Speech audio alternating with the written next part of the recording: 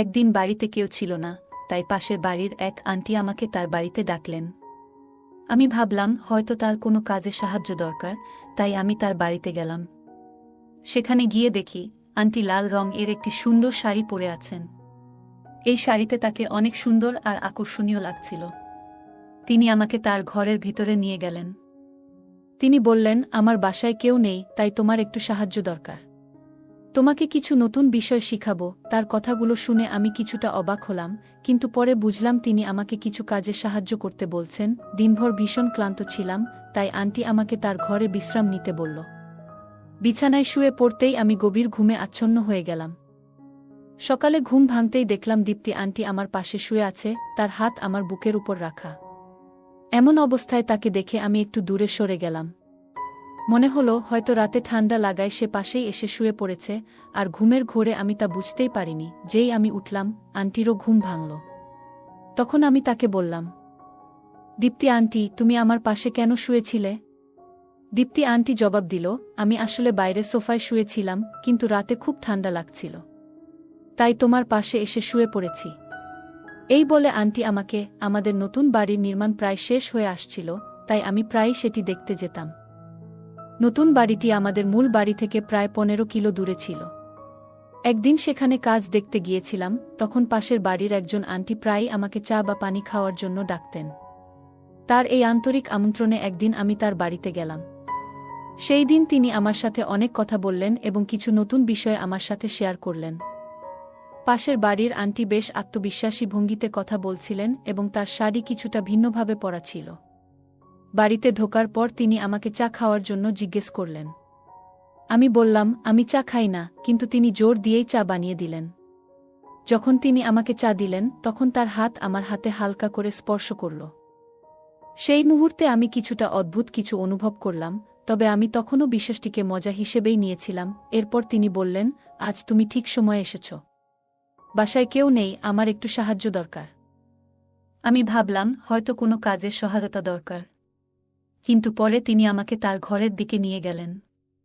আমি কখনো ভাবিনি যে সেদিন এমন কিছু ঘটতে পারে। বন্ধুরা, আজকের গল্পটা অনেক বেশি স্পেশাল, তাই সবাই রেডি হয়ে যাও, কেউ মিস করো না। আর দয়া করে গল্পগুলো ভালো লাগলে ভিডিওটি লাইক, শেয়ার এবং চ্যানেলটি সাবস্ক্রাইব করো প্লিজ। আমি অরিন্দম, বয়স 22 বছর। আমাদের পরিবারের আর্থিক অবস্থা খুব ভালো ছিল না, তবে কঠোর পরিশ্রম করে আমি বেশ কিছু টাকা সঞ্চয় করতে পেরেছিলাম। আমার স্বপ্ন ছিল বাবা মাকে ছোট বাড়ি থেকে বের করে বড় একটি বাড়িতে নিয়ে আসা। আমাদের নতুন বাড়ির নির্মাণ প্রায় শেষ হয়ে আসছিল, তাই আমি প্রায়ই সেখানে যেতাম। একদিন আমি লক্ষ্য করলাম সামনের বাড়ির একজন 32 বছরের মহিলা আমাকে দেখছেন। আমি আমার কাজে ব্যস্ত থাকতাম, তবে যখনই তাকাতাম দেখতাম তিনি আমাকে গভীরভাবে দেখছেন। একদিন তিনি হাতের ইশারায় আমাকে ডাকলেন। আমি তার কাছে গেলে তিনি হেসে বললেন, কি, নতুন বাড়িতে কবে উঠছ? তোমাদের বাড়ির কাজ কবে শেষ হবে? এভাবে আমাদের আলাপ শুরু হলো। তার নাম ছিল দীপ্তি। আমি প্রথমে তাকে আন্টি বলে সম্বোধন করেছিলাম। দীপ্তি আন্টি আমাকে প্রায়ই দেখতেন। তার বাড়ি আমাদের নতুন বাড়ির সামনেই ছিল, তবে খুবই সাধারণ একটা বাড়ি ছিল। তিনি সাধারণ জীবনযাপন করতেন এবং সবসময় শাড়ি পরতেন, যা তাকে আরও আকর্ষণীয় করে তুলত। যেহেতু কিছুদিন পর আমরাও ওই এলাকায় বসবাস করব, তাই মাঝে মধ্যে তার সাথে কথা হতো, তবে এর বেশি কিছুতে আমার আগ্রহ ছিল না। আমি 22 বছর বয়সী একজন তরুণ, আর দীপ্তি একজন 32 বছরের মহিলা। একদিন যখন আমাদের নতুন বাড়ির নির্মাণ কাজ চলছিল, আমি সেখানেই একটি চেয়ারে বসেছিলাম। ঠিক তখনই দীপ্তি আন্টি সন্ধ্যায় আমার জন্য 1 কাপ চা নিয়ে আসলেন। তিনি বললেন, সকালে থেকে দেখছি তুমি খুব মনোযোগ দিয়ে তোমার বাড়ির কাজ দেখছ। দীপ্তি আন্টির এই আন্তরিক আচরণে আমি মুগ্ধ হলাম, কারণ এমন ভালো প্রতিবেশী আমাদেরও প্রয়োজন ছিল। তার কথাবার্তা অনেক সুন্দর ছিল। আমার বাবা মা অনেক কঠিন সময় পার করেছেন এবং অনেক পরিশ্রম করে আমাকে পড়াশোনা করিয়েছেন। আমাদের পরিবারে আমি, আমার বাবা মা এবং আমার 15 বছর বয়সী ছোট ভাই ছিল। সম্প্রতি আমি আমার ছোট ভাইকে অন্য শহরের একটি কলেজে ভর্তি করিয়েছি এবং সে এখন সেখানে পড়াশোনা করছে। নতুন বাড়ির নির্মাণের বিষয়ে বাড়ির কারোই সঠিক ধারণা ছিল না। আমার পড়াশোনা শেষ হওয়ার পরপরই আমি একটি চাকরি শুরু করি। কিছু মাস চাকরি করার পর আমি নিজের ব্যবসা শুরু করি। অল্প সময়েই সেই ব্যবসায় ভালো লাভ হয়, যার কারণে আমি আজ এই বাড়িটি নির্মাণ করাতে সক্ষম হয়েছি। আমি আমার বাবা মায়ের জন্য খুবই খুশি ছিলাম, কারণ তারা অনেক কিছু সহ্য করেছেন আর আমার ভাইও ভালোভাবে পড়াশোনা করছিল। মাঝে মধ্যে আমি তার হোস্টেলে গিয়ে দেখা করতাম। একদিন আমি বাড়ির নির্মাণ কাজ দেখতে গেলাম, যাতে সব ঠিকঠাক চলছে কিনা তা নিশ্চিত করতে পারি। আমি যখন আমাদের নতুন বাড়ির নির্মাণ কাজ দেখতে গেলাম, তখন বুঝলাম কিছু জিনিস যা আমি বিদেশ থেকে অর্ডার করেছিলাম সেগুলো আসতে দেরি হচ্ছে, তাই বাড়ির কাজ শেষ হতে আরও কিছুটা সময় লাগবে। কাজের পরিস্থিতি দেখে আমি বাড়ি ফিরে যাওয়ার জন্য প্রস্তুতি নিচ্ছিলাম। তখন হঠাৎ লক্ষ্য করলাম আন্টি তার বাড়ির দরজায় দাঁড়িয়ে আমাকে দেখছেন। জানি না কেন তিনি সবসময় আমার দিকে অপলক দৃষ্টিতে তাকিয়ে থাকেন। যখন আমার চোখ তার দিকে পড়ল, তার দৃষ্টিতে যেন কিছুটা ভিন্নতা অনুভব করলাম। তার চেহারায় এমন কিছু ছিল যা আমার কাছে নতুন লাগছিল, কারণ আগে তাকে এমনভাবে দেখিনি। সে আমাকে হাত নাড়িয়ে ইশারা করল, আমিও তাকে হাত নাড়িয়ে সাড়া দিলাম এবং সেখান থেকে বেরিয়ে এলাম।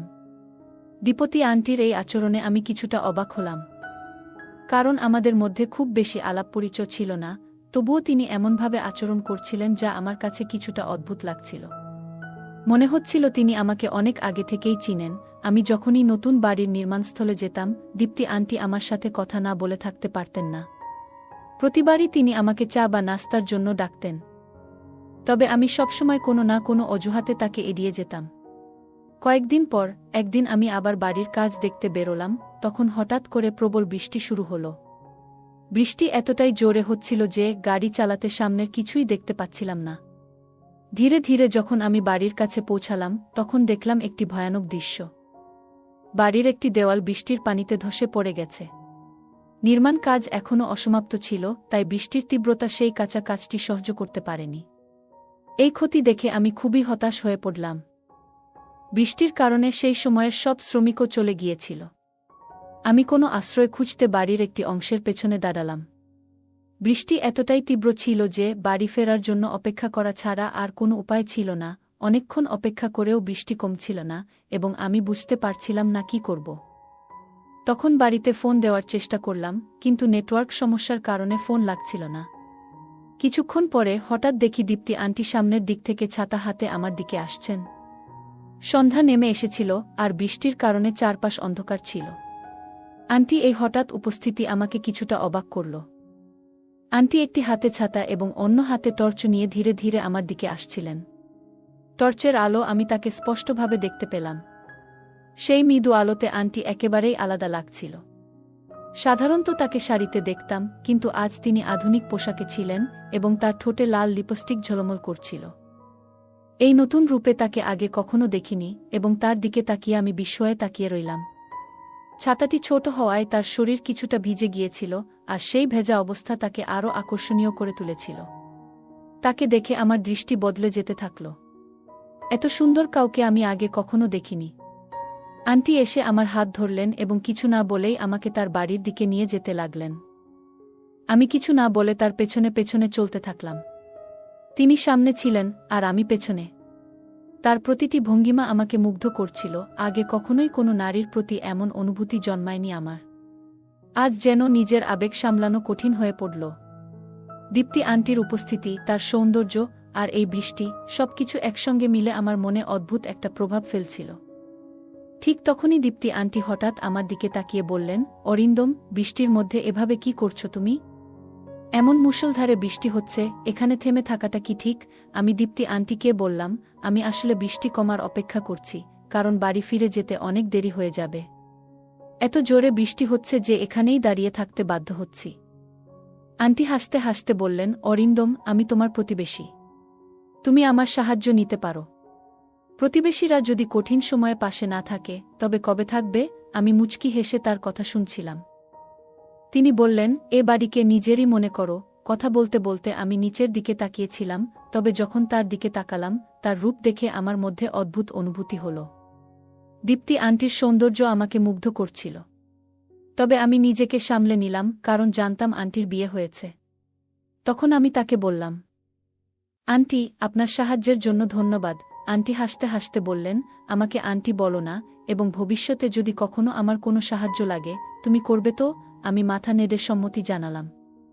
বৃষ্টিতে ভিজে গিয়েছিলাম আর ঠান্ডায় কাঁপছিলাম। দীপ্তি তখন আমার দিকে এগিয়ে এসে আমার শার্ট খুলে দেওয়ার চেষ্টা করলেন এবং তার স্পর্শে আমার শরীরের মধ্যে এক অদ্ভুত অনুভূতি জেগে উঠল। সেই মুহূর্তটি আমাকে অবাক করছিল, তবে আমি নিজেকে নিয়ন্ত্রণে রাখার চেষ্টা করছিলাম। আমি তখন বেশ দোটানায় পড়ে গিয়েছিলাম, বুঝে উঠতে পারছিলাম না ঠিক কী করব। দীপ্তি আন্টির আচরণ কিছুটা অপ্রত্যাশিত মনে হচ্ছিল, বিশেষত তার স্পর্শে যেন একটা অদ্ভুত অনুভূতি হচ্ছিল। তবে আমি নিজেকে সামলে নিয়ে শান্তভাবে বললাম, আন্টি, দয়া করে একটু থামুন। আমার প্রশ্ন তোলার পর দীপ্তি আন্টি হেসে বললেন, অরিন্দম, কোনো চিন্তা করো না। তোমার জামাটা পুরো ভিজে গেছে, ঠান্ডা লেগে যেতে পারে। আমি তোমাকে আমার স্বামীর একটা শার্ট এনে দিচ্ছি, সেটা পরে নাও। আন্টি আমাকে সাহায্য করছিলেন, সবকিছু স্বাভাবিক ছিল যতক্ষণ না তিনি আমার শার্ট খোলার চেষ্টা করলেন। তখনই আমার মনে কিছুটা অস্বস্তি হল। আমি ধীরে ধীরে একপাশে সরে গিয়ে একটু দূরত্ব তৈরি করলাম।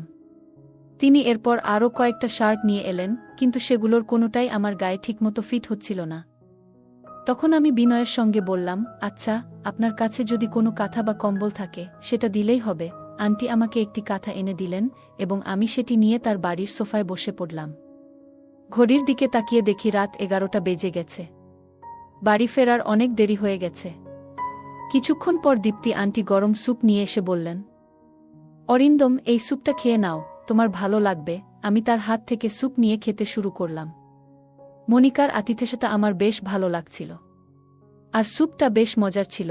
আমি সত্যিই জানতাম না যে প্রতিবেশী এতটা ভালো হতে পারেন। স্যুপ খেয়ে কিছুটা স্বস্তি অনুভব করছিলাম, কারণ তখন একটু ক্ষুধাও লেগেছিল। স্যুপ খাওয়ার সময় আন্টি আমার সামনে বসেছিলেন, আর আমার মন বারবার তার দিকে চলে যাচ্ছিল। তার সৌন্দর্য আমাকে একদম মুগ্ধ করে ফেলেছিল। এই সময়ে দীপ্তি বললেন, অরিন্দম, এখন তোমার বাড়ি যেতে অনেক দেরি হয়ে যাবে, তাই আজ রাতটা এখানেই থেকে যাও। আর কোনো চিন্তা করো না, আমি তোমার পুরো খেয়াল রাখব। দীপ্তি আন্টির প্রতিটি কথা আমার মনে মধুর মতো লাগছিল, কারণ তার কণ্ঠ ছিল এতটাই মিষ্টি। তাকে দেখে আমার মনে হচ্ছিল, যদি আমার স্ত্রীও এমনই হতেন। আমি বিয়ে করলে এমনি একজনকেই বিয়ে করব। এসব আমি মনে মনে ভাবছিলাম। আমি যখন নানা চিন্তায় ডুবেছিলাম, তখন দীপ্তি আন্টি আমার কাছে এসে দাঁড়ালেন। তিনি এক হাতে আমার কাঁধে আলতো করে স্পর্শ করলেন এবং অন্য হাতে আমার ভেজা চুলে হাত বুলিয়ে বললেন, তোমার চুলও বেশ ভিজে গেছে। তারপর চুলের পানি মুছে দিতে শুরু করলেন। তার আচরণ তখন বেশ স্বস্তিদায়ক লাগছিল, কিন্তু আমার মন একদিকে মনে করাচ্ছিল, তিনি একজন বিবাহিত মানুষ এবং আমাকে সাহায্য করছেন, তাই আমি এর কোনো ভিন্ন অর্থ বের করা ঠিক হবে না। আমি তার সাথে সম্মানের সাথে কথা বলছিলাম। আমি তাকে বললাম, তোমার বাসায় থাকাটা আমার কাছে ঠিক মনে হচ্ছে না, কিন্তু আজকের রাতটা থেকে যাব। তাছাড়া কোনো উপায় নেই। তবে ভোরেই বাড়ি ফিরে যাব। বৃষ্টি থামার নাম নিচ্ছিল না, আর সেই বৃষ্টি যেন আমাদের এই সাক্ষাতের মূল কারণ হয়ে উঠেছিল। আমি ভাবছিলাম যে এটা হয়তো দীপ্তি আন্টির দিক থেকে কিছুটা সাহায্য ছিল। তবে আমি জানতাম না যে রাতের সেই ঘটনার ফলে আমার জীবনে এক নতুন অভিজ্ঞতা হতে চলেছে। দিনভর ভীষণ ক্লান্ত ছিলাম, তাই দীপ্তি আমাকে তার ঘরে বিশ্রাম নিতে বলল। বিছানায় শুয়ে পড়তেই আমি গভীর ঘুমে আচ্ছন্ন হয়ে গেলাম। সকালে ঘুম ভাঙতেই দেখলাম দীপ্তি আন্টি আমার পাশে শুয়ে আছে, তার হাত আমার বুকের উপর রাখা। এমন অবস্থায় তাকে দেখে আমি একটু দূরে সরে গেলাম। মনে হলো হয়তো রাতে ঠান্ডা লাগায় সে পাশেই এসে শুয়ে পড়েছে। আর ঘুমের ঘোরে আমি তা বুঝতেই পারিনি। যেই আমি উঠলাম, দীপ্তি আন্টিও ঘুম ভাঙল। তখন আমি তাকে বললাম, আন্টি, তুমি আমার পাশে কেন শুয়েছিলে? দীপ্তি আন্টি জবাব দিল, আমি আসলে বাইরে সোফায় শুয়েছিলাম, কিন্তু রাতে খুব ঠান্ডা লাগছিল, তাই তোমার পাশে এসে শুয়ে পড়েছি। আমি তখন আমার শার্ট খুঁজতে লাগলাম, দেখি শার্টটা হোলে পড়ে আছে।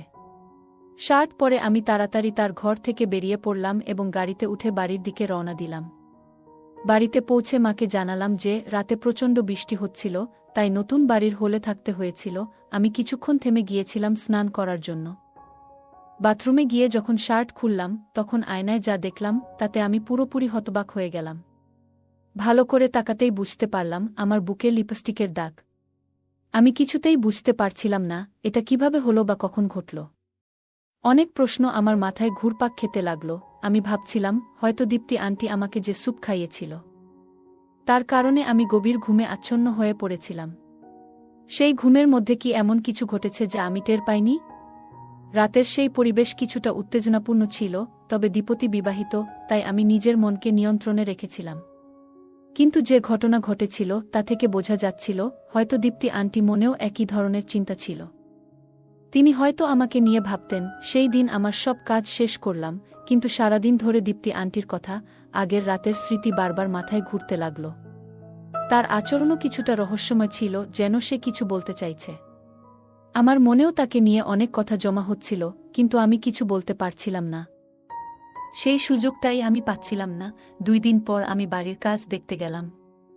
সেখানে গিয়ে দেখলাম মিস্ত্রিরা বাড়ির দেয়ালগুলো আবার ঠিকঠাক করে দিয়েছে। বৃষ্টি 2 দিন ধরেই বন্ধ ছিল। আমি দীপ্তি আন্টির বাড়ির দিকে তাকালাম, কিন্তু বাড়ির দরজা বন্ধ। সাধারণত যখনই আমি সেখানে যেতাম, দীপতি আন্টি আশেপাশে থাকত। আজ তাকে কোথাও দেখা গেল না। চারপাশে তাকালাম, কিন্তু কোনো খোঁজ পেলাম না। শেষে আমি তার বাড়ির দরজার কাছে গেলাম। তখন তাকে দেখার জন্য একটা অস্থিরতা কাজ করছিল। তার বাড়ির কাছে পৌঁছাতেই ভেতর থেকে কিছু পুরুষদের কথা শোনার মতো লাগল। আমার মনে হলো হয়তো অতিথিরা এসেছে। তাই আমি ফিরে যাওয়াই ভালো মনে করলাম। আমার মন যদিও অস্থির হয়েছিল, কারণ সেই দিনের পরে আন্টি দেখার আকাঙ্ক্ষা আরও বেড়ে গিয়েছিল। সারাদিন অপেক্ষা করলাম, কিন্তু দীপ্তি আন্টি আর বের হলো না।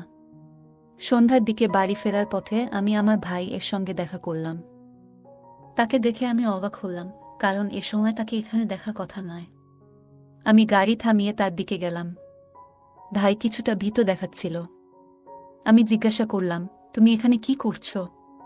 তোমার তো এই সময় হোস্টেলে থাকার কথা ছিল, আর তুমি এখানে এসেছো সেটা বলেওনি। ভাই উত্তর দিল, ভাইয়া, সব বলবো, কিন্তু আগে বাড়ি চলো। আমি অনেক দিন ধরে মায়ের হাতে রান্না করা খাবার খাইনি। তার কথা শুনে আমি তাকে গাড়িতে তুললাম এবং বাড়ি ফিরে গেলাম। সে খাবার খেল এবং তাড়াতাড়ি ঘুমিয়ে পড়ল। কিন্তু সেই রাতেও আমার ঘুম আসছিল না। বারবার ঘুমের মধ্যে অস্থির হয়ে পড়ছিলাম। আন্টির কথা বারবার মনে হচ্ছিল। রাতের একসময় হঠাৎ করে ভাই ঘুমের মধ্যে উঠে কোথাও যাচ্ছিল। আমি তাকে ডাকার চেষ্টা করলাম, কিন্তু সে আমার দিকে ফিরেও তাকালো না। বুঝলাম সে ঘুমের মধ্যে হাঁটছে। আমি তাড়াতাড়ি তাকে ধরে নিয়ে এসে শুইয়ে দিলাম। পরের দিন আমি মনে মনে সিদ্ধান্ত নিলাম যে আজ দীপ্তি আন্টির সঙ্গে দেখা করতেই হবে। তাকে না দেখলে আমার অস্থিরতা কাটছিল না। আমি আবারও সেই বাড়ির কাজে দেখতে গেলাম। কাজ কতটা এগিয়েছে তা দেখছিলাম। হঠাৎ করে দীপ্তি আন্টি এসে হাজির হল। আজ সে সাধারণ একটি শাড়ি পরেছিল, কিন্তু তাকে দেখে আমার মনে পড়ল আগের রাতের সেই স্মৃতি। শাড়িতে আজ আন্টিকে অসাধারণ লাগছিল। তার প্রতি আমার মুগ্ধতা বাড়ছিল। মনে মনে আমি তার ভাবনায় ডুবে যাচ্ছিলাম। ঠিক তখনই দীপ্তি আন্টি কথা বলতে শুরু করল, অরিন্দম, তোমার একটু সাহায্য চাই। তুমি কি আমার সঙ্গে যাবে? তার সাহায্যের কথায় আমি কিছু না ভেবেই রাজি হয়ে গেলাম। দীপ্তি আন্টি বলল, আমাদের বাইরে যেতে হবে। আমরা আমার স্কুটিতে যাব। আমি একটু প্রস্তুত হয়ে নিচ্ছি। কিছুক্ষণ পর সে ফিরে এলো, সম্পূর্ণ প্রস্তুত হয়ে, এবং তাকে দেখে আমি চোখ ফেরাতে পারছিলাম না। তাকে আজ মনে হচ্ছিল আরও সুন্দর লাগছে তাকে। আমরা স্কুটিতে চড়ে রওনা হলাম এবং কিছু সময় পরে একটি পুরনো বাড়ির কাছে পৌঁছালাম। বাড়িটা বেশ বড় ছিল। আমি জিজ্ঞাসা করলাম, দীপতি আন্টি, তুমি আমাকে কোথায় নিয়ে এসেছো? সে বলল, আমার বাড়ির আশেপাশে কিছুটা সম্মান আছে, তাই তোমাকে এখানে নিয়ে এসেছি। এখানে আমার এক বন্ধুর ঘর আছে। আমরা সেই বন্ধুর ঘরে পৌঁছালাম। আমার মনে একটা চিন্তা ঘুরছিল, হয়তো আজ আমার মনের ইচ্ছাগুলো পূরণ হতে চলেছে। এই ভাবনায় আমি তার পিছু পিছু চললাম। স্কুটি থেকে নেমে আন্টি আমাকে নিয়ে বাড়ির এক কোণে ছোট্ট ঘরে গেল। ঘরে ঢুকে দেখলাম সেখানে একটা বিছানা আর পাশে একটি পানির কলস রাখা ছিল। দীপতি আন্টি বিছানায় বসে পড়ল। ঘরটা ছিল শান্ত আর খানিকটা অন্ধকারাচ্ছন্ন, তবে আমার মন সম্পূর্ণ অন্য কিছুতে নিবদ্ধ ছিল। আমি বিছানায় বসেছিলাম। কিছুক্ষণের মধ্যেই ঘরে 4 জন শক্তিশালী লোক ঢুকে পড়ল। তাদের দেখে আমি কিছুটা অবাক হয়ে গেলাম। বুঝতে পারছিলাম না এখানে কি ঘটছে। দেখলাম তাদের মধ্যে 2 জনের হাতে ক্যামেরা আছে এবং হঠাৎ করে ঘরের বড় বড় লাইটগুলো জ্বলে উঠল। আমি দীপ্তি আন্টিকে জিজ্ঞাসা করলাম, দীপ্তি আন্টি, এটা কি হচ্ছে? কিন্তু সে কোনো কথা বলার জন্য প্রস্তুত ছিল না। মুখে স্কার্ফ বাঁধা ছিল তার। আমি তার কাছে জানতে চাইতেই একটি ভারী মহিলার প্রবেশ হলো ঘরে। সে এসে আমার পাশে বসল। একদিকে ছিল আন্টি আর অন্যদিকে সেই মহিলা। আমি জোরে চিৎকার করে বললাম, এখানে কি চলছে? তখন সেই 4 জনের একজন বলল, তুমি যতই চিৎকার করো, এই ঘর থেকে কোনো শব্দ বাইরে যাবে না। এটা শুনেই আমি বুঝতে পারলাম আমার সঙ্গে কিছু ভয়ঙ্কর কিছু ঘটতে চলেছে। তখনই তাদের একজন একটি বড় ছুরি বের করল এবং তা আমার দিকে এগিয়ে ধরল। আমি প্রচণ্ড ভয়ে কাঁপতে লাগলাম। সে বলল, এখন তোমাকে আমাদের নির্দেশ মতো কাজ করতে হবে, না হলে তোমার জীবন বিপন্ন হবে। আমি ভয়ে দিশেহারা হয়ে পড়েছিলাম। তখনই বুঝলাম আমি এক ভুল জায়গায় এসে পড়েছি এবং দীপ্তি আন্টির উপর ভরসা করে আমি নিজেকে একটি ভয়াবহ পরিস্থিতিতে ফেলে দিয়েছি। আমি বুঝতে পারছিলাম যে দীপ্তি আন্টির প্রকৃত অভিপ্রায় অন্য কিছু। সেই মহিলা এবং আন্টি আমার সাথে অদ্ভুত আচরণ করতে লাগলেন, আর ক্যামেরা হাতে থাকা লোকগুলো সেই মুহূর্তগুলো বন্দি করতে শুরু করল। তখনই আমার মনে হলো আমি একটা ফাঁদে আটকে গেছি। ঠিক সেই মুহূর্তে কেউ বাইরে থেকে দরজায় জোরে ধাক্কা দিল। দরজা খোলেনি, তাই সেটি ভেঙে ফেলা হলো। পুলিশ ঘরে ঢুকতেই দীপ্তি আন্টি ভয়ে থরথর করতে লাগল। পুলিশ এসে সেই লোকগুলোকে গ্রেপ্তার করল। তারা আসলে একটি চক্রের সদস্য ছিল, যারা নারীদের ফাঁদে ফেলে তরুণদের থেকে অর্থ আদায় করত। দীপ্তি আন্টি আগেও এমন অনেক কাজ করেছে, আর আমার ছোট ভাই ও এই প্রতারণার শিকার হয়েছিল। এই কারণেই আমরা দীপ্তি আন্টিকে ধরার জন্য পরিকল্পনা করেছিলাম। আমার ভাই আমাকে সবকিছু খুলে বলেছিল, কিভাবে আন্টি তাকে ফাঁদে ফেলেছিল। সে হোস্টেল থেকে ফেরার পথে দীপ্তি আন্টির সঙ্গে পরিচিত হয়েছিল এবং ধীরে ধীরে প্রতারণার শিকার হয়। আসলে দীপ্তি আন্টির আসল নাম দীপ্তি নয়। সে এবং তার দল যুবকদের ফাঁদে ফেলে তাদের কাছ থেকে টাকা আদায় করত। আমি পুরো বিষয়টি পুলিশকে জানাই এবং পুলিশ আমাদের সাহায্যে এই চক্রটিকে ধরার জন্য একটি পরিকল্পনা তৈরি করে। দীপ্তি আমার ভাই এর সঙ্গেও এমন একটি ভিডিও ধারণ করেছিল এবং তার কাছ থেকে প্রচুর টাকা দাবি করেছিল। আমার ভাই কিছু টাকা দিয়েছিল, কিন্তু তারা তাতে সন্তুষ্ট হয়নি। তারা আমার ভাইকে ব্ল্যাকমেইল করতে থাকে এবং আরও অর্থ আদায়ের চেষ্টা করছিল। আমার ভাই এ ঘটনা আমাকে গভীরভাবে নাড়া দিয়েছিল। রাতের বেলা যখন আমি আমার ভাইকে বাড়িতে নিয়ে এসেছিলাম, তখন দেখলাম সে এক কোণে বসে কাঁদছে। আমি তাকে সান্ত্বনা দিয়ে সব কথা জিজ্ঞাসা করলাম। অনেক সাহস সঞ্চয় করে সে আমাকে পুরো ঘটনা জানালো। তার সেই সাহসের কারণেই আমি দীপ্তি এই প্রতারণামূলক চক্রের পর্দা ফাঁস করতে পেরেছিলাম। আমাদের বাড়ির সামনে যে বাড়িটা দীপ্তি ভাড়া নিয়েছিল, সেটাও সে ভুয়া পরিচয় ব্যবহার করে ভাড়া নিয়েছিল। আমার ভাই এই ঘটনাটি তার জীবনে বড়সড় মানসিক আঘাত হেনেছে, যার জন্য সে ডিপ্রেশনে চলে গিয়েছিল। তাকে সুস্থ করতে অনেক সময় লেগেছিল।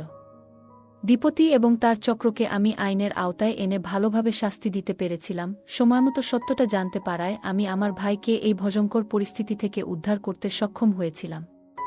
নইলে তার জীবনে কি ঘটতে পারত তা ভাবতেই ভয় লাগে। দীপ্তির এই চক্র সম্পর্কে জানার পর আরও অনেক তরুণ এগিয়ে এসে তাদের অভিজ্ঞতা শেয়ার করেছিল। অনেকেই এই ধরনের প্রতারণার শিকার হয়েছিল। বন্ধুরা, মনে রাখবেন, কারো মিষ্টি কথায় সহজেই বিশ্বাস করবেন না। অজানা লোকের উপর তাড়াতাড়ি বিশ্বাস করা বিপজ্জনক হতে পারে। আপনার সরলতার সুযোগ নিতে কিছু লোক সর্বদা প্রস্তুত থাকে।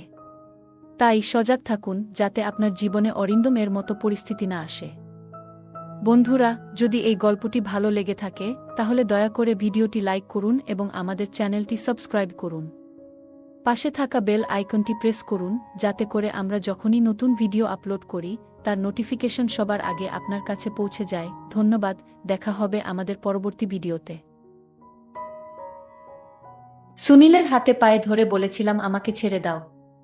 তখন সুনীল চক্রবর্তী আমাকে বলেছিল, তুমি কি চাও না তোমার স্বামী বেঁচে থাকুক? তুমি যদি চাও তোমার স্বামী বেঁচে থাকুক, তাহলে তোমাকে এটা করতেই হবে। স্বামী বাধ্য হয়ে সেদিন রাতের বেলা আমাকে তার বন্ধুর হাতে সঁপে দিয়েছিল। তারপর স্বামীর বন্ধু সারা রাত ধরে আমার সাথে যা করেছিল তা শুনলে আমি গ্যারান্টি দিয়ে বলতে পারি, তোমাদের মাথাটা গরম করে দিবে। আমার নাম কবিতা। প্রত্যেক দিন রাতে আমার স্বামীর বন্ধু আমাদের ঘরের ভিতর ঢুকে আমার স্বামীর চোখের সামনেই অর্ধেক অর্ধেক কথাটা বলার পরে আমার সাথে ঘনিষ্ঠ সম্পর্ক করত। আর আমি কেঁদে যেতাম, কিন্তু কিছু করতে পারতাম না। আমার স্বামী আমাকে অনেক ভালোবাসত। আমরা দুইজন নিজের সংসারে খুব সুখে ছিলাম। একদিন হঠাৎ করে আমার স্বামীর প্রিয় বন্ধু আমাদের ঘরের ভিতর ঢুকে পড়ল। তারপর আমার স্বামীকে বলল, তোর বউয়ের উপর তো আমার অধিকার আছে, তাই আজ রাতে তোর বউয়ের সঙ্গে আমি থাকব। আমার স্বামী তার বন্ধুর মুখ থেকে এই কথা শোনার পরে যখন আপত্তি জানাল, তখন আমার স্বামীর বন্ধু বলল, মনে আছে তো, অর্ধেক অর্ধেক তো সব কিছু আমার। তারপর আমার স্বামী তার বন্ধুর মুখ থেকে অর্ধেক অর্ধেক কথা শোনার পরে আমাকে তার বন্ধুর হাতে সঁপে দিল এবং রুম থেকে মাথা নিচু করে বাইরে চলে গেল। আমার স্বামী যখন চোখের জল ফেলতে ফেলতে অসহায় হয়ে রুম থেকে বাইরে বের হল, তখন আমি তার বন্ধুর হাতে পায়ে ধরে বললাম, দয়া করে আমার মান সম্মান নষ্ট করবেন না। তুমি এটা পাপ করছো। আমি তোমার বন্ধুর স্ত্রী। আমি তোমার বন্ধুকে মন প্রাণ দিয়ে ভালোবাসি, আমাকে ছেড়ে দাও। কিন্তু ওই শয়তান আমার একটাও শুনেননি। আমি তো এটা বুঝতে পারছিলাম না যে ওই অর্ধেক অর্ধেক কথার মধ্যে এমন কি লুকিয়েছিল, যেটার জন্য আমার স্বামী অনেক অসহায় হয়ে আমাকে তার বন্ধুর হাতে সঁপে দিতে বাধ্য হয়েছিল। এই পৃথিবীতে কোনো স্বামী এটা চাইবে না যে তার স্ত্রীর সঙ্গে অন্য পুরুষ কোনো বাজে আচরণ করুক। আর এদিকে আমার স্বামীর চোখের সামনেই তার বন্ধু আমার সঙ্গে সব কিছু করত। কিন্তু জানি না কেন আমার স্বামী এত লাচার ও অসহায় ছিল, তার বন্ধুর অর্ধেক অর্ধেক কথা শুনে জানি না। এমনকি বাধ্যতা ছিল অর্ধেক অর্ধেক কথার মধ্যে। আসলে বিয়ের পরে আমি শ্বশুরবাড়িতে 3 বছর ছিলাম। 2 বছর পরে আমার স্বামী যখন খুলনায় চাকরি পেল, তখন আমি স্বামীর সঙ্গে খুলনায় চলে এসেছিলাম। চাকরি পাওয়ার 5 থেকে 6 বছর পরে আমার স্বামী নিজের জমানো টাকা থেকে একটা ছোট্ট বাড়ি কিনেছিল। তার আগে স্বামীর সঙ্গে আমি একটা ভাড়ার বাড়িতে থাকতাম। স্বামী যখন খুলনায় চাকরি পেয়েছিল, তখন আমি স্বামীর সঙ্গে শহরে চলে এসেছিলাম। আমার স্বামীর নাম রাজেশ। স্বামী আমাকে ভালোবেসে বিয়ে করেছিল। আসলে সে আমাকে বেশ কয়েকবার দেখেছিল। আমার বাড়ি থেকে রাজেশের বাড়ির দূরত্ব মাত্র 30 মিনিটের। বিয়ের পরে রাজেশ বলেছিল আমাদের বিয়ের 1 বছর আগে থেকে সে নাকি আমার উপরে লক্ষ্য রেখেছিল। তারপর সে নিজে আমার বাবার বাড়িতে এসে বাবার কাছে তার সঙ্গে আমার বিয়ের প্রস্তাব রেখেছিল। বাবা রাজেশের সঙ্গে আমার বিয়ে পাকা করেছিল। কারণ গ্রামে রাজেশের খুব ভালো নাম ছিল। কারণ সে পড়াশোনায় খুব ভালো ছিল এবং গ্রামের সবাই জানত রাজেশ একদিন না একদিন অবশ্যই একটা ভালো জায়গায় চাকরি পাবে। রাজেশ যেহেতু শিক্ষিত ছিল এবং সে চাকরি পাবে, এটা ভেবে আমার বাবা রাজেশের সঙ্গে আমার বিয়ে দিয়েছিল। এবং গ্রামে রাজেশের বাবার অনেক জমি জায়গাও ছিল। বাবা ভেবেছিল রাজেশের ঘরে আমি অনেক সুখে থাকব। কিন্তু আমার কপালে যে এত কষ্ট লেখা ছিল, সেটা আমি ও আমার পরিবারের লোক কেউ স্বপ্নেও ভাবতে পারেননি। বাবা মা যখন তার ছেলে মেয়ে কোনো একটা সম্বন্ধ খুঁজে বের করে বিয়ে পাকা করে, তখন তারা এটা ভেবেই বিয়ে দেয় যে আমার ছেলে বা মেয়ে খুব সুখে থাকবে। কিন্তু কার কপালে কি লেখা আছে এটা তো কেউ বলতে পারবে না। বিয়ের পরে আমি কিন্তু খুব সুখে ছিলাম। আমার স্বামী আমাকে ভীষণ ভালোবাসত, কারণ এমনিতেই সে আমাকে আগে থেকে পছন্দ করত। কিন্তু আমি তাকে চিনতাম না। বিয়ের পরে স্বামী আমাকে বলেছিল সে নাকি আমাদের বিয়ের আগে থেকেই আমাকে ভালোবাসত, কিন্তু সামনে থেকে কোনোদিন কিছু বলার সাহস পায়নি। তাই সে সরাসরি আমার বিয়ের ব্যাপারে বাবার সঙ্গে কথা বলেছিল। বাসর রাতে আমাকে উপহার হিসেবে সোনার চেন দিয়েছিল এবং বলেছিল একটু একটু করে টাকা জমিয়ে নাকি সে সোনার চেনটা আমার জন্য তৈরি করেছে। কারণ আমাদের বিয়ের আগে রাজেশ বেকার ছিল। সে তখন তার দাদার দোকানে থেকে তার দাদার কাজে সাহায্য করত এবং তার দাদা হাতখরচ হিসেবে প্রত্যেক মাসে রাজেশকে কিছু টাকা দিয়ে দিত। সে ওই টাকা থেকে কিছু টাকা জমিয়ে আমার জন্য এই সোনার চেন বানিয়েছিল। তারপর বিয়ের পরে রাজেশ যখন চাকরি পেল, তখন রাজেশের সঙ্গে আমিও শহরে চলে এসেছিলাম। কারণ বোর্ডের এটা অনেক দিনের স্বপ্ন ছিল যে নিজের টাকা দিয়ে বাড়ি কিনবে। আমাদের নিজস্ব বাড়ি আসার পরে মনে হয়েছিল জীবনের সব সুখ এবং আনন্দ আমি পেয়ে গেছি। মাঝে মধ্যে আমার বাবা মা আমাদের সঙ্গে দেখা করতে আসতো। আমার বাবা তো এটা ভেবে খুশি ছিল যে আমার বিয়ে রাজেশের সঙ্গে দিয়ে একদম ঠিক করেছে, যার জন্য আজ আমি এত সুখে আছি। কিন্তু আমার জীবনে খারাপ অধ্যায় তো সেই দিনই শুরু হয়ে গেছিল, যেদিন আমার স্বামীর বন্ধু হঠাৎ করে আমাদের বাড়িতে ঢুকে পড়েছিল। সেদিন আমি রাজেশ পছন্দের তরি-তরকারি রান্না করেছিলাম। সেদিন দুপুরবেলা আমি ওর স্বামী দুজনে একসঙ্গে বসে খাবার খাচ্ছিলাম এবং আমরা খুবই খুশি ছিলাম। তখন হঠাৎ করে আমাদের বাড়ির বেল বেজে উঠল। রাজেশ তখন আমার মুখের দিকে চেয়ে বলল, এই দুপুরবেলা আমাদের বাড়ি থেকে এসেছে। সেদিন রাজেশের ছুটির দিন ছিল। সেদিন সারাদিন স্বামী আমার সঙ্গেই ছিল। আসলে ছুটির দিনে স্বামী আমার অনেক কাজে সাহায্য করে দিত। তারপর বাড়ির বেল বাজার পরে আমি যখন দরজা খুলতে গেলাম, তখন তাকে চিনতে না পেরে যখন স্বামীকে ডাক দিলাম, তখন স্বামী এসে তাকে দেখামাত্র এত বেশি ঘাবড়ে গেল যে তার মুখ দিয়ে কথা বের হচ্ছিল না। কিছুক্ষণ পরে দরজার ওপারে দাঁড়িয়ে থাকা ছেলেটি যখন আমার স্বামীর দিকে মুচকি হেসে বলল, কি ব্যাপার বন্ধু, আমাকে দেখে তুমি অনেক বেশি ভয় পেয়ে গেলে, আমাকে বাড়ির ভিতরে ডাকবে না? এইভাবে দরজার সামনে দাঁড়িয়ে দাঁড়িয়ে আমার দিকে তাকিয়ে কি লাভ? তোমার বাড়ি মানেই তো আমার বাড়ি। তাই আমাকে বাড়ির ভিতরে আসতে দাও। ওই কথাটা বলা মাত্রই ছেলেটি আমাদের অনুমতি ছাড়াই বাড়ির ভিতরে প্রবেশ করল। আমি তখন স্বামীর মুখের দিকে হা করে আশ্চর্য হয়ে তাকিয়েছিলাম। কারণ আলগা মানুষ কিভাবে আমার স্বামীর চোখের সামনেই আমাদের বাড়িতে প্রবেশ করতে পারে। আমি তখন রেগে গিয়ে স্বামীকে বললাম, এই ছেলেটা কে? আর তার সাহস কি করে হলো আমাদের বাড়ির ভেতরে এভাবে প্রবেশ করার? তুমি তাকে কিছু বললে না কেন? রাজেশ বলল, এটা আমার ছোটবেলার বন্ধু। এর নাম হচ্ছে সুনীল চক্রবর্তী। ছেলেটি বাড়ির ভিতরে ঢুকে আমাদের কোনো কিছু না বলেই একটা ঘরের মধ্যে নিজের জিনিসপাতি ভরে দিয়ে স্বামীকে বলল, আমার প্রিয় বন্ধু, আজকে থেকে এই রুমটা হচ্ছে আমার। আমার স্বামীর বন্ধুর অসভ্যতা দেখে আমি স্বামীকে বললাম, তোমার বন্ধুকে এত বেশি আশকারা দিচ্ছে কেন? আমার বন্ধু তো এমন ব্যবহার করছে মনে হচ্ছে যেন এই বাড়িটা তোমার নয়, তোমার বন্ধুর। আর তুমি এইভাবে তাকে কিছু না বলে চুপচাপ ভূতের মতো দাঁড়িয়ে আছো কেন বলো? তখন সে বলল, তুমি চিন্তা করো না, ও কিছুদিন পরেই আমার এখান থেকে চলে যাবে। আমার বন্ধুর একটু কুঅভ্যাস আছে আমার সব জিনিসের উপরে দখল আন্দাজি করা। সে ছোটবেলা থেকেই আমার প্রত্যেকটা জিনিসের উপরে নিজের অধিকার দেখাত। আসলে ছোটবেলা থেকে আমি তাকে নিজের ভাইয়ের মতো ভালোবাসতাম। কারণ আমার মতো তারও বাবা মা অনেক আগেই মারা গেছিল। তাই আমি তাকে নিজের ভাইয়ের মতোই অনেক ভালোবাসতাম। স্বামীর বন্ধুর ব্যবহার দেখে আমাদের তো দুপুরের খাবার দাবার উঠে গিয়েছিল। তারপর আমার স্বামীর বন্ধু ঘরের ভেতরে নিজের জিনিসপাতি রাখার পরে আমাদের কিছু না বলে আমার স্বামীর চেয়ারে বসে স্বামীর প্লেটের খাবারটা নিয়ে খেতে শুরু করে দিল। আমি তখন রাগে স্বামীর বন্ধুকে বললাম, এই প্লেটটা তো আমার স্বামীর, তোমাকে আমি অন্য প্লেটে খাবার দিচ্ছি। আমার স্বামীর বন্ধু বলল, না না, প্লেট আলাদা করার কোনো দরকার নেই, আমরা সবকিছু অর্ধেক অর্ধেক ভাগ করে নেব। তাই এই প্লেটের খাবারটাও আমরা অর্ধেক অর্ধেক খেয়ে নিতে পারব। এই কথাটা বলে সে আমার স্বামীর ভাগের খাবারটা খেয়ে চলে গেল। আমি তো হা করে আশ্চর্য হয়ে স্বামীর মুখের দিকে তাকিয়েছিলাম। কারণ এত অসভ্যতা করতে আমার জীবনে আমি কাউকে দেখিনি। জানি না আমার স্বামী কি কারণে তার বন্ধুকে এত বেশি আশকারা দিচ্ছিল। প্রথমে তো মনে হয়েছিল আমার স্বামী তার বন্ধুকে আশকারা দিচ্ছে, কিন্তু যত দিন যাচ্ছিল আমি বুঝতে পারছিলাম আমার স্বামী তার বন্ধুকে আশকারা নয়, সে তোলাচার ও অসহায় হয়ে তার বন্ধুর সব কথা বাধ্য হয়ে মানছিল। যখন তিনি তার বন্ধু আমাদের বাড়িতে এসেছিল তখন থেকেই তার বন্ধুর তাকানোর অঙ্গিভঙ্গি দেখে আমার ভীষণ খারাপ লাগত। এমনকি সে আমাদের বেডরুমের ভিতর ঢুকে আমার স্বামীর জামা কাপড় নিজের গায়ে দিত আমাদের অনুমতি ছাড়াই, এবং আমি যখন বাধা দিতাম তখন সে আমার নাম ধরে বলতো, আরে কবিতা, তুমি আমাদের দুজনের গোপন কথার ব্যাপারে কিচ্ছু জানো না, তাই তুমি আমারও রাজেশের মাঝে না আসলেই ভালো। সে যখন আমাকে বৌদি না বলে নাম ধরে ডাকতে শুরু করেছিল তখন রাগে আমার মাথা পুরো গরম হয়ে গিয়েছিল। ওই সময় আমার বউ আমার পাশে দাঁড়িয়ে ছিল এবং সে যখন তার বন্ধুকে আমার নাম ধরে ডাকতে দেখল তখন বর সুনীল চক্রবর্তীকে বলল, তোর সাহস কি করে হল তোর বৌদির নাম ধরে ডাকার? ওকে কবিতা নয় বৌদি বলে ডাকবি, না হলে আমার থেকে খারাপ আর কেউ হবে না।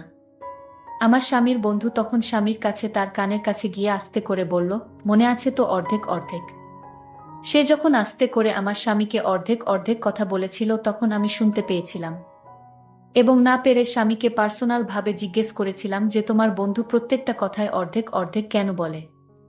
এমনকি খাবার দাবার জামাকাপড় প্রত্যেকটা জিনিসের উপরে অর্ধেক অর্ধেক বলে দাবি করত, এবং স্বামীর প্রত্যেকটা জিনিস স্বামীর অনুমতি ছাড়াই সে ব্যবহার করত। স্বামী তখন আমাকে সব সত্যি কথা বলেছিল।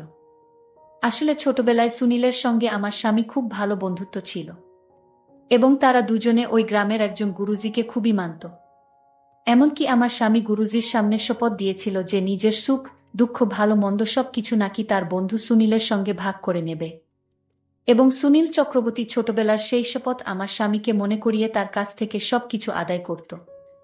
কারণ সুনীল চক্রবর্তী গরিব ঘরের ছেলে ছিল, এমনকি সে এখনো কোনো চাকরি বাকরি পায়নি। এখনো সে বেকার হয়ে এদিক সেদিক ঘুরে বেড়ায় বলে ভেবেছিল যখন বড় চাকরি পাবে তখন সে শহরে চলে আসবে এবং শহরে আসার পরে সুনীল চক্রবর্তী তার পেছন ছেড়ে দেবে। কিন্তু ছোট থেকে এখন পর্যন্ত সে আমার স্বামীকে প্রত্যেকটা কথায় গুরুজির কাছে নেওয়া শপথের কথা মনে করিয়ে দিত। তার কাছে টাকা আদায় করে আমার স্বামী তো স্বপ্নেও ভাবতে পারেনি যে ছোটবেলাকার শপথের কথা মনে করিয়ে তার বন্ধু এইভাবে হুমকি দিয়ে তার কাছ থেকে সবকিছু আদায় করবে। আসলে আমার স্বামী যখন তার বন্ধুর কোনো আদেশ মানতে রাজি হতো না তখন সুনীল চক্রবর্তী গুরুজি ছবি বের করে স্বামীর চোখের সামনে রেখে দিত এবং এটা বলে ভয় দেখাত যে সে যদি গুরুজির সামনে দেওয়া শপথ ভঙ্গ করে তাহলে তার সব কিছু নষ্ট হয়ে যাবে, তার কেরিয়ার নষ্ট হয়ে যাবে। গুরুজির কথা মনে করে আমার স্বামী বাধ্য হয়ে তার বন্ধু যা চাইতো তাই দিয়ে দিতে হয়। এ কথা শোনার পর পুরো শরীর থরথর করে কাঁপছিল, কারণ আমি দুপুরবেলায় আমার ঘরে বিছানায় শুয়েছিলাম। তখন মনে হল কে যেন আমার রুমে ঢুকছে এবং আমার পায়ের কাছে বসে আছে। ভেবেছিলাম বর বাড়িতে এসে হয়তো আমাকে ঘুমন্ত অবস্থায় দেখে আমার স্বামী একটু স্নেহ করছে, কিন্তু চোখ খুলতে ভয় আমার প্রাণ বেরিয়ে যাওয়ার মতো অবস্থা হয়েছিল, কারণ আমার স্বামীর বন্ধু আমাদের ঘরের ভিতরে ঢুকে আমার পাশে বসেছিল। আমি তখন ভয়ে বিছানা থেকে উঠে তাকে ধাক্কা দিয়ে দূরে সরিয়ে বললাম, তোমার সাহস কি করে হলো আমার রুমে তুমি এসেছ? যাও, বেরিয়ে যাও আমার ঘর থেকে। সে তখন হাসতে হাসতে আমার মুখের অনেক কাছে এসে ফিসফিস করে বলল, অর্ধেক অর্ধেক। ওই অর্ধেক অর্ধেক কথাটা বলেছে আমার রুম থেকে হাসতে হাসতে বেরিয়ে চলে গেল। সেদিন স্বামীর অফিস থেকে বাড়ি আসার আগে পর্যন্ত আমি আমার ঘরের ভেতরে দরজাটা লক করে দিয়ে বিছানাতে বসে কাঁদছিলাম, কারণ যে দিন থেকে আমার স্বামীর বন্ধু আমাদের বাড়িতে এসেছিল সেদিন থেকে আমাদের জীবনের দুঃখ কষ্ট শুরু হয়ে গেছিল। আমি স্বামীকে অনেকবার বলেছিলাম যে এইসব কুসংস্কার যাতে বিশ্বাস না করে, কিন্তু আমার স্বামীর মনে ভয় ছিল যদি সে গুরুজির সামনে দেশপথের অপমান করে তাহলে হয়তো তার সবকিছু শেষ হয়ে যাবে। এই বয়সে তার বন্ধুর সব আবদার পূরণ করত। সেদিন যখন আমার বর বাড়ি ফিরে এলো তখন হঠাৎ করে সে বাড়িতে ঢোকামাত্রই এমনভাবে মুখ থুবড়ে পড়ে গেল যে তার মাথা মেঝেতে লেগে ফেটে গিয়েছিল। ওই সময় আমি রুমের মধ্যে ছিলাম। স্বামীর অনেক জোরে চিৎকারের আওয়াজ শুনতে পেয়ে আমি তাড়াতাড়ি রুম থেকে বেরিয়ে গিয়েছিলাম। ওই সময় সুনীল চক্রবর্তী নিজের রুম থেকে বেরিয়ে এসে আমার স্বামীকে দেখে বলল, এ কি সর্বনাশ হয়ে গেছে, রাজেশকে তো তাড়াতাড়ি ডাক্তারের কাছে নিয়ে যেতে হবে, কারণ তার মাথা ফেটে গিয়ে অনেক আঘাত লেগেছিল। তাই বাধ্য হয়ে আমার স্বামীকে সুনীলের সঙ্গে করে ডাক্তারের কাছে নিয়ে যেতে হয়েছিল। ডাক্তার দেখানোর পরে আমি যখন স্বামীকে নিয়ে বাড়ি ফিরে এলাম তখন স্বামী বাড়ি ফিরে এসে অনেক মন খারাপ করে বলল, জানি না এই কিছুদিন থেকে আমার সঙ্গে কেন এরকম হচ্ছে। তখন তার বন্ধু সুনীল চক্রবর্তী আমার স্বামীর কাছে এসে বলল, রাজেশ, আমি জানি তোর সঙ্গে কেন এরকম হচ্ছে, কারণ তুমি গুরুদেবের দেওয়া আদেশের অপমান করেছিস। এই কথা শুনে আমার স্বামী তো ভয় পেয়ে অনেক বেশি ঘাবড়ে গিয়েছিল। আমি তখন রেগে সুনীল চক্রবর্তীকে আমাদের রুম থেকে বাইরে চলে যেতে বলেছিলাম, কারণ আমি বুঝতে পেরেছিলাম সে সবসময় গুরুদেবের কথা বলে আমার স্বামীকে ভয় দেখাত এবং নিজের আবদারগুলো পূরণ করত। স্বামীর সঙ্গে ঘটনাটা হওয়ার কিছুদিন পরে একদিন সন্ধ্যাবেলায় স্বামী যখন চা খেতে চাইল তখন আমি তাকে চা করে দিলাম এবং চায়ের কাপটা টেবিলে রাখার পরে আমি যখন স্বামীকে ঘরের ভিতর থেকে ডেকে নিয়ে এলাম এবং সে যখন চাটা খেল তখন অর্ধেক চা খাওয়া মাত্র সে নিজের গলা ও পেট ধরে সোফায় বসে গড়াগড়ি দিচ্ছিল বলে রকম ছাটফটানি দেখে আমি অনেক বেশি ভয় পেয়ে জিজ্ঞেস করলাম, তুমি এরকম কেন করছো? হঠাৎ করে তোমার কি হলো? স্বামীর এরকম অবস্থা দেখে আমি তো ভীষণ ভয় পেয়ে গিয়েছিলাম, কারণ এর আগে এরকম কখনো হয়নি। স্বামী যখন অনেক বেশি ছটফট করছিল তখন আমি বাধ্য হয়ে সুনীল চক্রবর্তীকে ডাক দিয়েছে। তখন নিজের রুম থেকে বেরিয়ে এসে জিজ্ঞেস করল, কি হয়েছে? তখন আমি বললাম, তোমার বন্ধুর হঠাৎ করে শরীর খারাপ হয়ে গেছে, জানি না কি হয়েছে তাকে, এক্ষুনি ডাক্তারের কাছে নিয়ে যেতে হবে, তুমি আমার সাহায্য করো। সেদিন আবার তাড়াতাড়ি করে স্বামীকে ডাক্তারের কাছে নিয়ে যেতে হয়েছিল।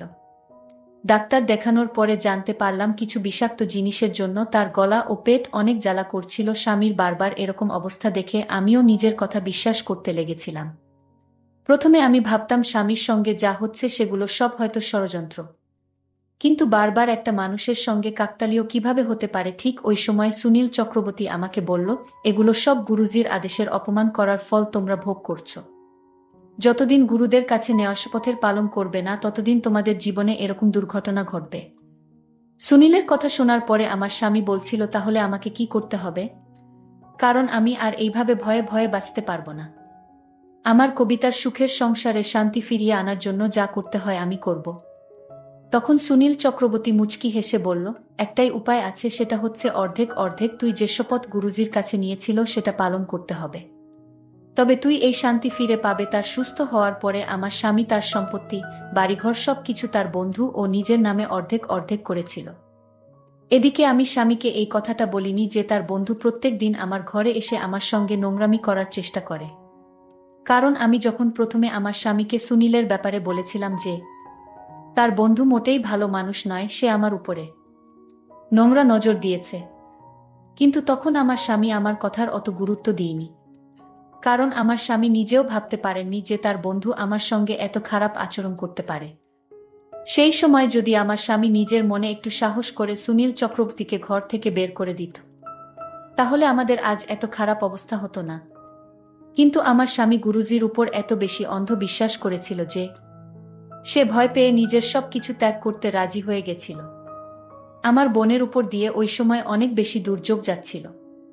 ওই জন্য আমি আর সাহস করে এটা বলতে পারি যে সুনীল চক্রবর্তী যখন সুযোগ পায় আমার ঘরে এসে আমার সঙ্গে নোংরামি করার চেষ্টা করে।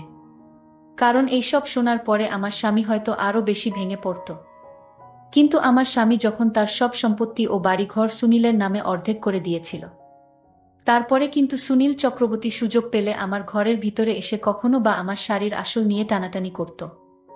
এরকম খারাপ আচরণ দেখে আমি তাকে জোরে একটা থাপ্পড় মেরেছিলাম। সে তখন আমাকে বলেছিল, অর্ধেক অর্ধেক মনে আছে তো? নইলে তোমার স্বামীর মৃত্যু নিশ্চিত, এটা আমি তোমাকে লিখে দিতে পারি। আর এটা আমার কথা নয়, এটা হচ্ছে গুরুজির কথা। সুনীলের মুখ থেকে স্বামীর মৃত্যুর কথা শুনে আমার ভয় হৃদস্পন্দন বেড়ে গিয়েছিল। বুঝতে পারছিলাম না কিভাবে এই শয়তানের হাত থেকে নিজেকে ও নিজের স্বামীকে বাঁচাবো। কারণ সুনীল চক্রবর্তী তো আমার স্বামীর সব সম্পত্তি অর্ধেক দিয়েছিল। শুধু আমিই বাকি ছিলাম। সুনীল চক্রবর্তীকে সবকিছু অর্ধেক দিয়ে দেওয়ার পরেও আমার স্বামীর উপর থেকে দুর্যোগ কাটেনি। তারপরেও আমার স্বামীর সঙ্গে কিছু না কিছু দুর্ঘটনা ঘট। তখন আমার স্বামী সুনীল চক্রবর্তীকে বলল, আমি তো গুরুজির আদেশ মতো তোকে আমার সবকিছু অর্ধেক দিয়ে দিয়েছি, তারপরেও কেন আমার ক্ষতি হচ্ছে? সুনীল চক্রবর্তী তখন আমার দিকে তাকিয়ে বলল, বন্ধু, তুই এখনো সবকিছু ভাগ করিসনি। সবকিছু অর্ধেক মানে হচ্ছে সবকিছু, কিন্তু তোর বউকে তো এখনো ভাগ করিসনি। তোর বউকেও ভাগ করে আমাকে অর্ধেক দিতে হবে, তবে তোর উপর থেকে দুর্যোগ কাটবে। আমি তখন সুনীলের হাতে পায়ে ধরে বলেছিলাম, আমার সাথে এমনটা করো না। তখন সুনীল চক্রবর্তী আমাকে বলেছিল, তুমি কি চাও না তোমার স্বামী বেঁচে থাকুক? তুমি যদি চাও তোমার স্বামী বেঁচে থাকে তাহলে তোমাকে এটা করতেই হবে। স্বামী বাধ্য হয়ে সেদিন রাতের বেলা আমাকে তার বন্ধুর হাতে সঁপে দিয়েছিল, কিন্তু এই রাতে সে আমার মান সম্মান কেড়ে নিয়েছিল। পরদিন সুনীল তার বুকে ফোন করে বলল, আমি রাজেশের সব অর্ধেক পেয়ে গেছি। তার সম্পত্তির দলিল অর্ধেক আমার নামে দিয়েছে। জানো বউ, এগুলো আমার সব ষড়যন্ত্র। আসলে এখানে গুরুজির কোনো হাত নেই। এই কথা আমার স্বামী শুনে তারপর সুনীলকে ইচ্ছামতো পিটালো, তুই আমার সব কেড়ে নিয়েছিস। তুই আমার বন্ধু হয়ে শত্রুর মতো আচরণ করেছিস। আমি আজ তোকে মেরে ফেলব। সুনীল তখন আমার স্বামীর পা ধরে ক্ষমা চাইল, কিন্তু আমরা তাকে ক্ষমা করলাম না। ওই শয়তানকে আমরা পুলিশে ধরিয়ে দিলাম। বন্ধুরা, তোমাদের জন্য খুব কষ্ট করে গল্প তৈরি করি। যদি আমার গল্পগুলো তোমাদের ভালো লাগে তাহলে ভিডিওতে একটি লাইক করে দিও। আর এরকম মজার মজার গল্প পেতে আমাদের চ্যানেলটি সাবস্ক্রাইব করে পাশে থাকবেন। ধন্যবাদ।